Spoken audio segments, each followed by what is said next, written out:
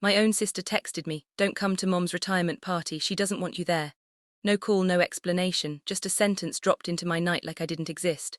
What hurt more, my dad liked the message, so I didn't argue, I didn't beg. I typed one word, "cool," and quietly stopped paying for the venue. 7 days later, the celebration they'd planned without me started to fall apart. My phone lit up for hours, names stacking on the screen.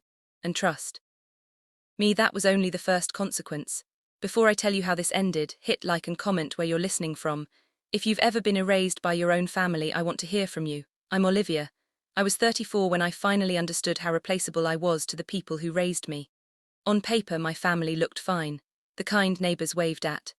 The kind that posted smiling photos every holiday. If you walked into my parents' house, you'd see framed memories lining the hallway, birthdays, graduations, vacations that looked effortless in hindsight. What you wouldn't see was how those moments were built or who carried them. That was usually me. I worked a stable job that required organization, patience, and problem solving.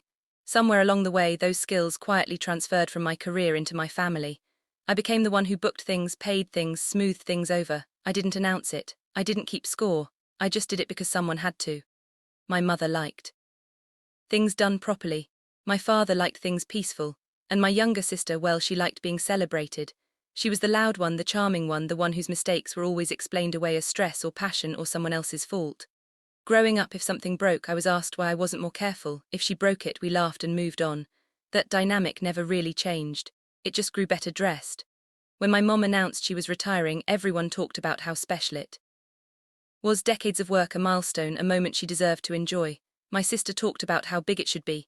My dad talked about keeping things simple. And somehow, without a meeting or a plan, the responsibility landed in my lap. I didn't mind at first. I found a venue that felt warm, not flashy. I coordinated catering. My mom actually liked not just what looked good in photos. I handled the payments quietly, the way I always did. Bills were just numbers to me, problems with solutions. I didn't expect a thank you, I never really had. What I did expect was to be there. There was a photo I kept thinking about while I planned everything. It was old, slightly faded. My mom and me in the kitchen when I was little. She was laughing mid-spin, apron crooked. I was holding onto her hands, off balance, smiling like nothing could go wrong. I held on to that image more than I realized. Maybe part of me thought this party was a way back to that version of us. The night my sister texted me all of that cracked, not shattered, cracked. Because when someone tells you not to come to a celebration you built, it forces a question you've been avoiding your whole life. Was I family or was I just useful? That question stayed with me long after I set my phone down, and it followed me straight into the days that came next.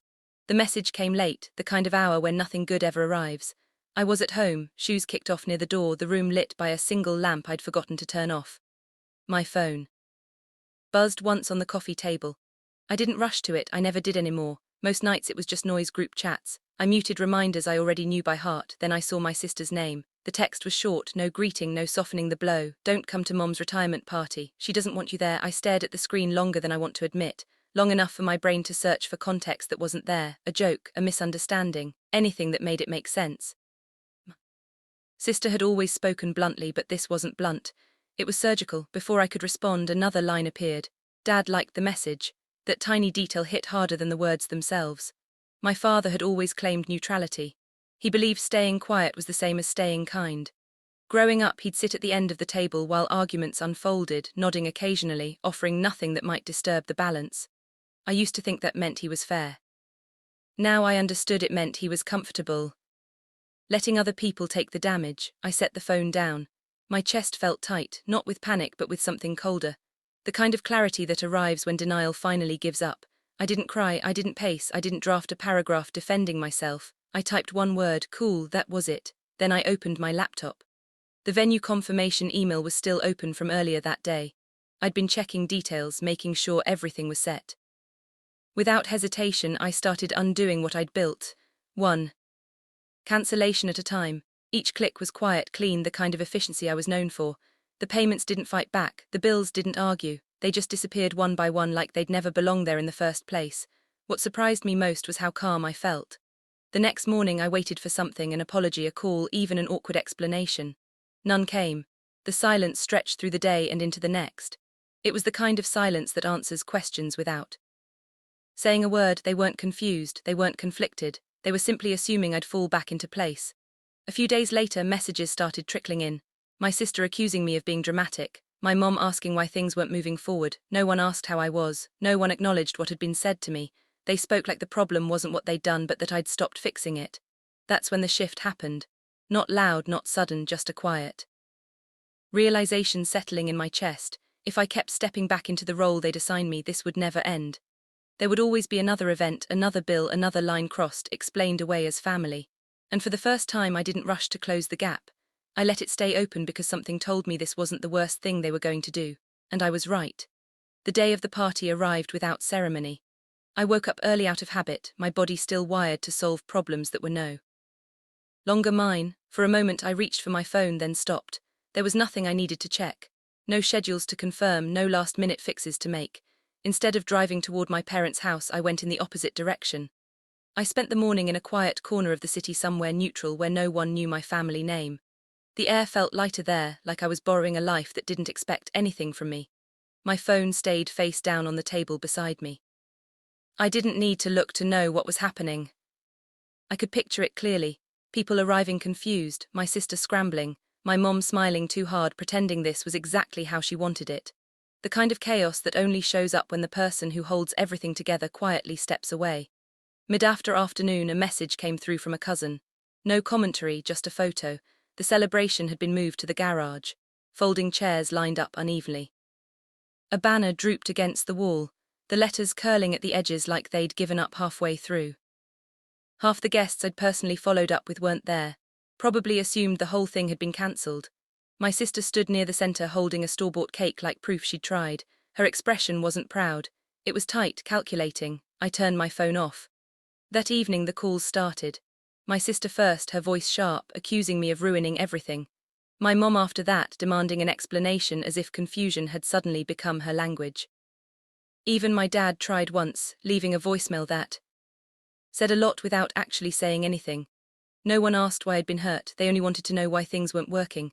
A few days later my sister texted like nothing had happened. There was a family dinner planned, I should stop acting childish. Come back, fix it, I didn't reply. Not long after I had a work trip scheduled, just a few days out of town. Against my better judgment I reached out to my parents and asked if they could watch my dog while I was gone. He loved their yard. I told myself it was temporary, controlled, safe. When I returned something felt wrong immediately. No barking. No nails clicking against the floor, no familiar weight leaning against my legs. My mom opened the door alone, she wouldn't meet my eyes. He's gone, she said. For a second I thought she meant he'd run off, that there had been an accident. My chest tightened. Then she added casually, your sister took care of it. The words didn't land right. Took care of it? How? She sighed, already irritated. She found him a new home, someone who needed him more. That was the moment everything shifted. This wasn't about a party anymore. This wasn't about hurt feelings or misunderstandings. They hadn't just erased me. They'd crossed a line they couldn't walk back, and for the first time I wasn't thinking about how to keep the peace. I was thinking about how to protect myself. I didn't raise my voice when my mom said it. She found him a new home. The sentence floated in space between us like it was normal, like it didn't rearrange something fundamental inside my chest. I asked one question. My voice sounded unfamiliar to my own ears. Too steady. Did you give her permission? My mom crossed her arms, already defensive. You were away, she handled it. We didn't think you'd mind once you calmed down. Once I calmed down. That phrase had followed me my entire life. It was always used right after someone hurt me, as if my reaction was the real problem, not the act itself. I walked past her into the house slowly, deliberately. I wasn't there to argue, I was there to understand exactly how far they'd gone. My sister's things were still everywhere. Shoes by the door, a jacket tossed over a chair. Proof she moved through this house with complete ownership, like it belonged to her. I found my dad in the backyard. He was trimming hedges, headphones on, pretending the world couldn't reach him if he stayed busy enough. I took them off for him. Did you know? I asked. He didn't answer right away. He just stared at the grass like the right response might grow out of it. She said it was temporary, he finally muttered, that it would be better for everyone except me. I left without another word. In my car I sat there longer than necessary, hands on the steering wheel, breathing through something that felt like grief mixed with rage. But underneath it all was clarity, sharp, unforgiving. They had taken something that was mine, not emotionally, legally. And they had done it because they were certain I wouldn't fight back. They were wrong. That night I didn't call my sister. I didn't show up at her place. I didn't send messages demanding explanations. I gathered proof, adoption paperwork, vet records, registration information, payments I'd made over the years, everything with my name on it, everything that showed I wasn't just emotionally attached. I was the owner. The next morning I made one call, not to family.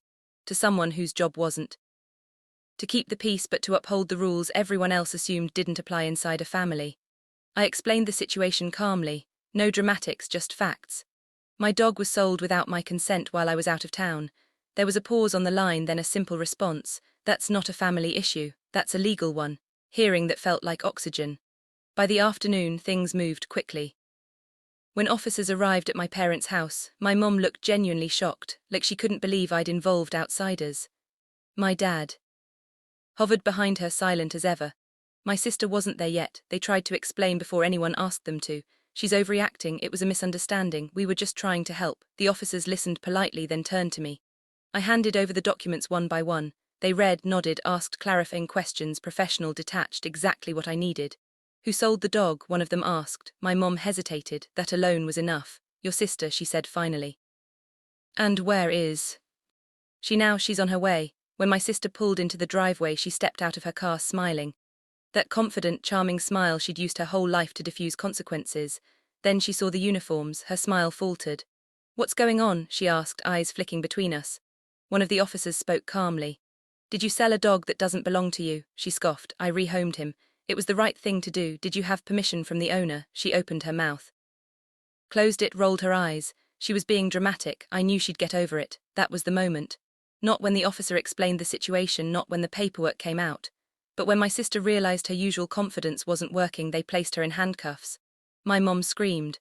My dad shouted that this was unnecessary, that we could talk about it, that this was family. The officer didn't even look at them. Family doesn't give you the right to sell someone else's property, he said. I didn't feel triumph. I didn't feel revenge. I felt still at the station. Everything became quieter, more procedural, less emotional.